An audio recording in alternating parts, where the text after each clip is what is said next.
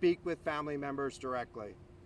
For those that I did not have the opportunity to meet with, I extend my deepest condolences on behalf of the United States Coast Guard and the members of the Unified Command. As I've continued to stress throughout, this case has been extremely complex, involving a coordinated international, interagency, and private sector response in an unforgiving and difficult to access region of the ocean. In total, the Unified Command directed 11 surface assets, 5 subsurface assets, 4 air assets, and completed 39 search and rescue sorties, totaling almost 13,000 square miles. And while the outcome was not what any of us had hoped for, I am very proud of the team of responders who put forth their best effort to locate the submersible. While in Canada, I met with and personally thanked members of the Canadian Coast Guard and the Canadian Armed Forces, who demonstrated the utmost professionalism and expertise throughout the response. I extended my gratitude to all the professional responders who worked diligently to evaluate all leads, mobilize resources, and maintain hope. Their devotion to duty in the face of many complex challenges ensured that we remained always ready to conduct search and rescue operations if needed. The discovery of the Titan submersible wreckage marked the conclusion of the search and rescue aspect of this incident. The Coast Guard has officially convened a Marine Board of Investigation into the loss of the submersible and the 5 people on board. That investigation will be led by Chief Investigator Captain Jason Neubauer. So at this time, I will turn over the mic to him. Captain Neubauer.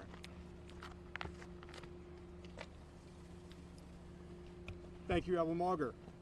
Good afternoon.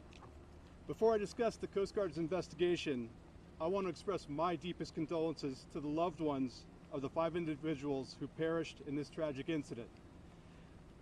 My team and myself have been investigating this since we heard the initial reports of a loss of communications, and my entire team wanted to express their condolences also. As a senior investigator, I have witnessed the personal impacts associated with these types of events. And my primary goal is to prevent a similar occurrence by making the necessary recommendations to enhance the safety of the maritime domain worldwide.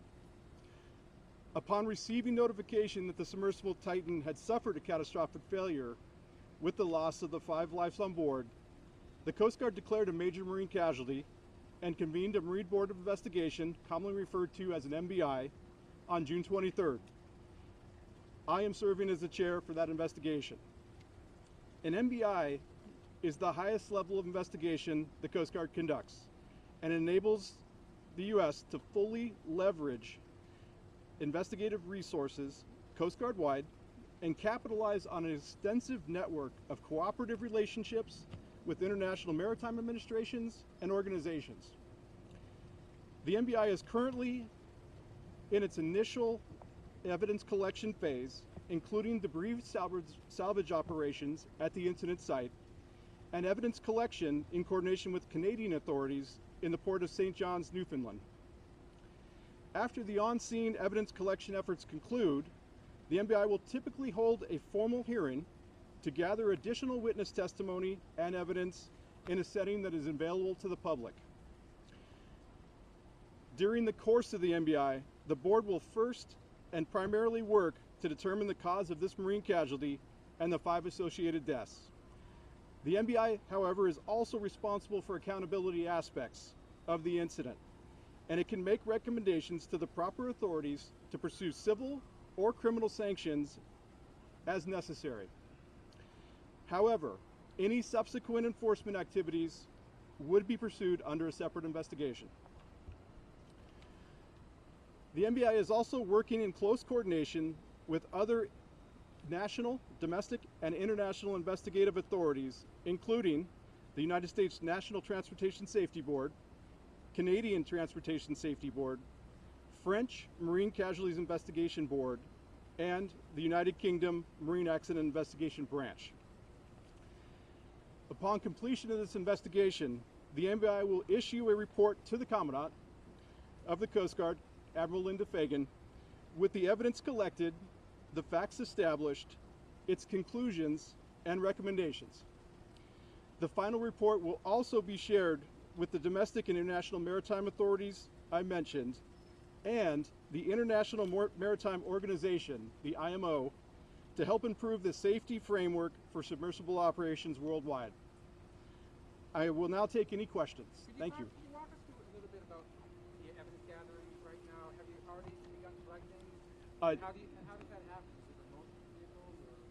The MBI leverages Coast Guard resources nationwide, and also our international partners to collectively collect evidence. And right now we do have ongoing operations. I mentioned two areas: the on-site at the accident wreckage site. We have an ongoing salvage operation, and we are also currently conducting interviews in the port of St. John's. But are you actually collecting items from the floor? I've just, at this time, that is the priority of the investigation, is to recover items from the seafloor.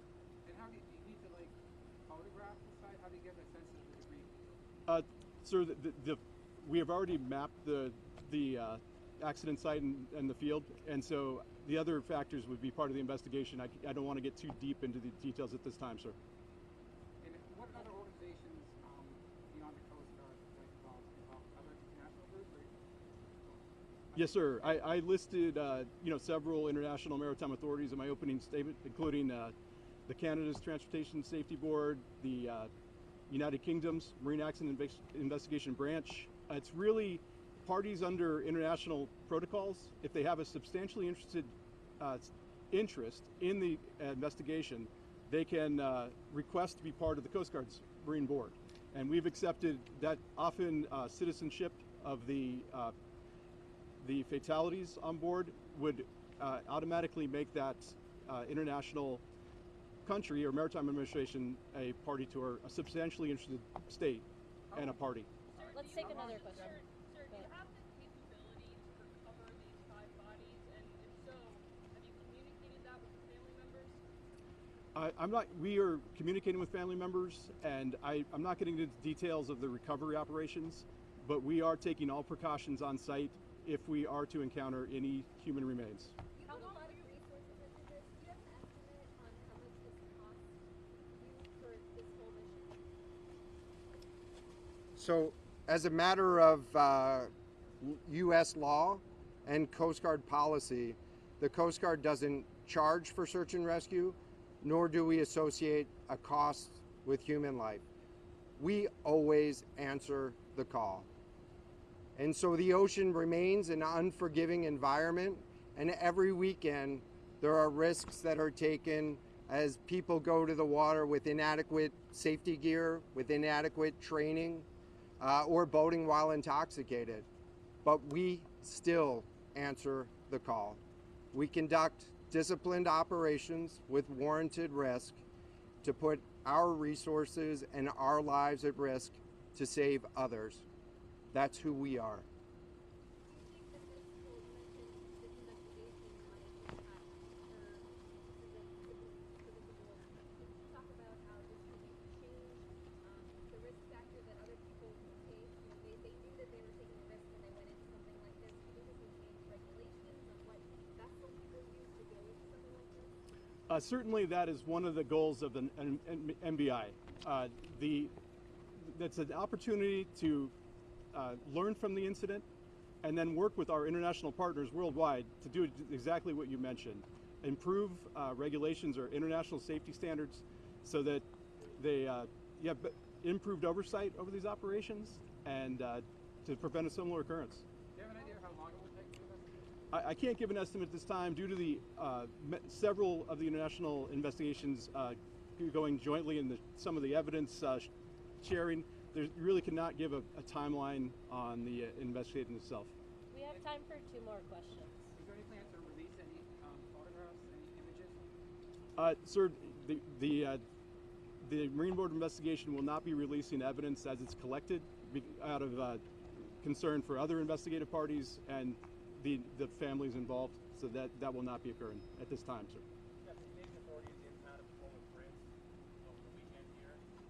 Have you been able to interview folks on that ship as well that was on tonight? Interviews are scheduled with crew members from the Polar Prince. Confirm if anything has been brought to the surface yet, how you will do that, and then what the analysis of that debris will be. The salvage operations are ongoing. I'm not going to give the details of what the recovery has been to date, but the resources are on site and capable of recovering the debris. Okay. Thank you. Again, thank you all for being here today. For any further media inquiries regarding the investigation into the Titan submersible, my staff and I will be available to